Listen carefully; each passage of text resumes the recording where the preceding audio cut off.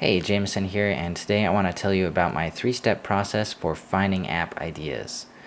And these are killer app ideas, meaning they have a shot at actually being successful. Like, it's different from a normal idea where you just kind of have an aha moment, oh, this would be cool. I would not recommend that method because people don't like to change. Like, they don't want to go outside of their comfort zone, download a new app, you know, pay for something unless there's something that compels them to do that. All right, and for that reason, I base this method around solving problems. So step number one in this method is write down 5 problems that you see in your daily life. So things that you encounter, maybe problems in your personal life or problems that you observe other people encountering as well. Write down 5 of these every single day. Hopefully, sometime in the evening when you've had a chance to encounter the problems for the day, or you can write them down as you see them, either way. But each day, write down 5 or so.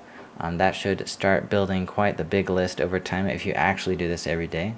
So, right now, I'd recommend you, if you're serious about making an app, you set up a reminder on your phone to remind you every day in the evening sometime after you've finished work and everything, just to write down 5 problems that you encountered that day. So this can be anything, like maybe you stubbed your toe that morning on a chair, or maybe you missed the bus on your way to work. Even if it has nothing to do with apps in your mind, like nothing an app could possibly solve, still write it down, because sometimes there's a solution that's less obvious. So it's good to just write down everything. No filter, just write down all the problems that you encounter.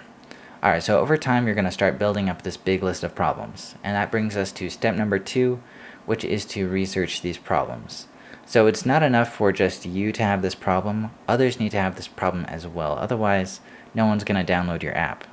Okay, and again, we're not thinking about how your app can solve these problems yet. That comes later, but first, just to research these problems and make sure, number one, that they are widespread. Alright, so you want other people to have these problems as well, not just you. So at this point, you want to do research on the internet, asking your friends, your family, asking people who you think might have this problem as well, and just try and confirm it with them.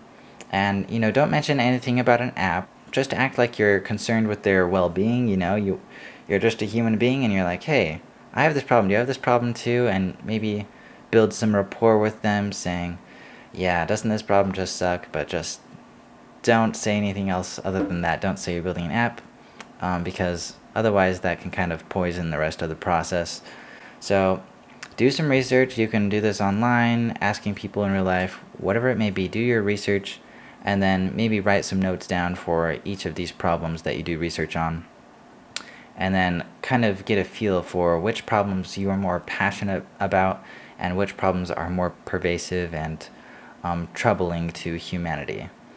Alright, and that brings us to step number 3, which is to pick a problem. I recommend only working on one app idea at a time, so go through the list of problems and review your notes, and just identify which ones are pervasive problems, they're common, and they are pulling, they're irking, they need a solution badly. And so identify, narrow down the list down to one, identify that one problem which you're going to solve with your app, and at this point you can start thinking of ideas. This process is how to find a killer app idea. Well, the problem is really the foundation for the app idea. So once you've found that problem, you've picked it out from the list, at this point now you can start thinking of solutions. So this is the part in the process where you start thinking of actual solutions to the problem in the form of apps. And if your problem doesn't seem to have any app solution, like you can't think of any feasible way in which an app would solve this problem, then it's okay. You can just pick a different problem. Just go back to step number 2, pick your next best favorite, and just keep doing that until you find a problem that does have an actual app solution that you can think of that makes sense. Alright, and don't take this step number 3 lightly.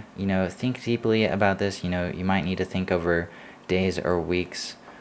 This process does not take a short amount of time. In fact, the smaller timeline you try to cram this into, the worse results you're going to get, because you'll find yourself kind of filling in the blanks with things that you want, like Okay, well, I wrote down the first 5 app ideas, and um, one of them stands out to me very well, and now I'm just gonna pick that one. And I was already thinking of an app idea. I know I just want to make this app idea, and then you make it, and then you didn't do a good enough job on any of the rest of the steps, and so the idea doesn't work out.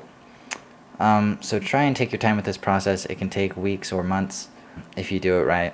So that's it for this 3-step process. I actually have a PDF of this, so in case you want to remember this process, I have a PDF on my website. I'll leave a link down below where you can download it. But yeah, that's it for the video. Thanks for watching, and good luck on your journey to creating an app.